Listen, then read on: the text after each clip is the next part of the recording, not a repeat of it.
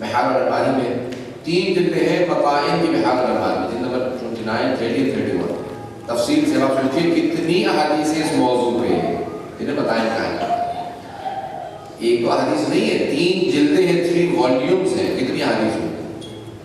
امام نے کہا جو جلد و تابوت میں ایک مرتبہ لعنت کرے گا اس کو 70 ملین حسنات لکھے جائیں گے، 70,000 یعنی 7 کروڑ حسنات لکھے جائیں گے جو ایک مرتبہ لعنت کرے گا، اور 70 یعنی 7 کروڑ یعنی 70 ملین اس کے گناہ معاف کر دیے جائیں گے۔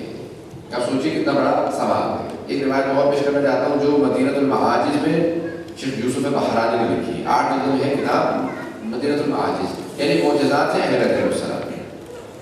اس میں معصوم فرماتے ہیں، راوی جناب سلمان فارسی فرماتے ہیں کہ میں پیغمبر اسلام کے ساتھ ایک صحرا سے گزر رہا تھا کہ اچانک دیکھا کہ دراج ایک پرندہ وہاں سے جا رہا تھا، اڑا۔ تو میں نے کہا یا رسول خدا یہ پرندہ کیسے زندہ ہے صحرا میں، اس ڈیزرٹ کے اندر جہاں دور دور نہ دانا ہے نہ پانی، کیسے زندہ ہے؟ تو کہا سلمان تم خود پرندوں کی زبان جانتے ہو، مجھ سے کیوں پوچھتے ہو؟ کیوں پرندے سے نہیں پوچھتے؟ صرف معصوم ہی نہیں بلکہ ان کے جو قریبی افراد تھے وہ بھی اتنا علم رکھتے تھے کہ پرندوں کی زبان سمجھ لیا کرتے تھے۔ جناب سلمان کہتے ہیں میں نے اس پرندے سے دراج سے پوچھا کہ تو کیسے زندہ ہے اس ڈیزرٹ کے اندر صحرا میں؟ تو کہا کہ سلمان جب بھی مجھے بھوک لگتی ہے میں محمد اور ان کی آل پہ درود بھیجتا ہوں، سلام بھیجتا ہوں،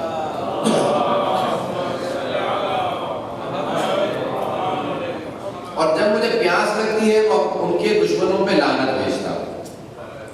تو جب مجھے پیاس لگتی ہے بھوک لگتی ہے تو ان پہ درود بھیجتا ہوں، اس سے میری بھوک بجھ جاتی ہے، اور جب پیاس لگتی ہے تو ان کے دشمنوں پہ لعنت بھیجتا ہوں، اس سے میری پیاس بجھ جاتی ہے۔ آپ نے غور کیا بھوک کو پیاس مٹانے کا بہترین راستہ ہے۔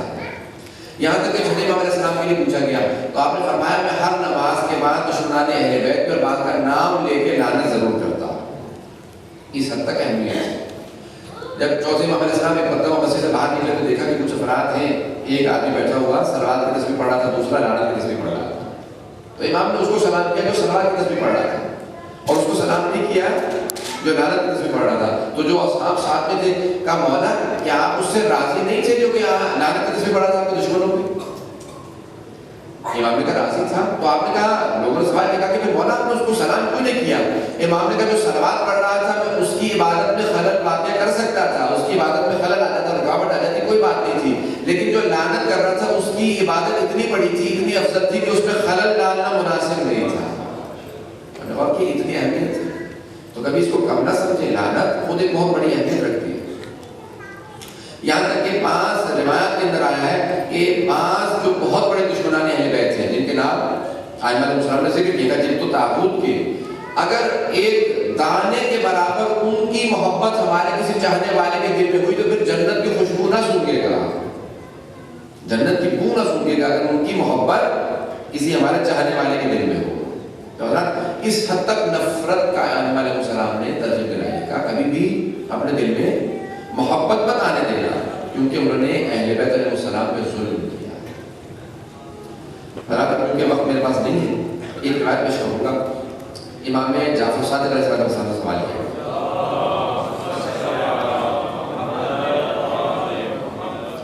آگے کہ مولا بعض ایسے افراد ہیں جنہوں نے بہت ظلم کیا اہل بیت علیہ السلام پہ، مثلا یزید نے بہت ظلم کیا، شیبر نے ظلم کیا، اور بہت سے افراد نام دیے کہ مولا اگر 2 افراد کا نام لینے کے بعد کہا کہ اگر ان کو کتے سے تشبیہ دی جا سکتی ہے، کیونکہ روایت میں آیا اس لیے میں کہہ رہا ہوں اگر کوئی میں ممبر کا احترام جانتا ہوں، روایت میں آیا، امام نے سوال یہی کیا کہ مولا کتے سے تشبیہ دی جا سکتی ہے نجس جانور سے؟ امام نے کہا ہاں دی جا سکتی ہے۔ کہا اچھا مولا کہا ہاں، کہ لیکن کتے کو ان سے تشبیہ نہیں دی جا سکتی جو نہ سمجھے نہ سمجھے اچھا ہے۔ تو کہا کیوں مولا کیوں نہیں ایسا کیوں نہیں کیا جا سکتا؟ امام نے کہا کیونکہ روز قیامت کتا شکایت کر سکتا ہے کہ پروردگارا میں نجس ضرور تھا لیکن میں نے زہرا کا حق غصب نہیں کیا تھا، میں نے اہل بیت علیہ السلام کا حق نہیں غصب کیا تھا، میں نے ظلم نہیں کیا تھا اہل بیت علیہ السلام پہ۔ اتنے سخت الفاظ ہیں، یہ الفاظ ہیں جن کی باقاعدہ ائمہ علیہ السلام سے روایات کثرت سے ملتی، کثرت سے، یعنی میں پوری روایات نہیں پڑھ سکتا، اٹھا کے دیکھیے ہمارے ائمہ علیہ السلام نے کتنی روایت کی۔ تو دشمنان اہل بیت علیہ السلام کے لیے ہمارے مکتب تشیع میں تولی و تبرع، البتہ اردو میں تولا و تبرع کہا جاتا ہے، اردو میں کہتے ہیں تولا و تبرع، یعنی محبت اور ان کی یعنی خدا اور خدا کی جو نمائندگان ہیں چودہ معصومین، ان سے محبت اور ان کے چاہنے والوں سے محبت، اسے کہا جاتا ہے تولی، اور ان کے دشمنوں سے نفرت، اعلان بیزاری سے کہا جاتا ہے تبری، عربی میں اردو میں کہا جاتا ہے تبرہ۔ تو تولا تبرہ یہ دین کا حصہ فروعات میں سے آنے والے مسلمان نے کثرت سے ترجیح دلائی۔ تو حضرات یہ یاد رکھیے گا یہ ہمارے دین کا جز ہے۔ امام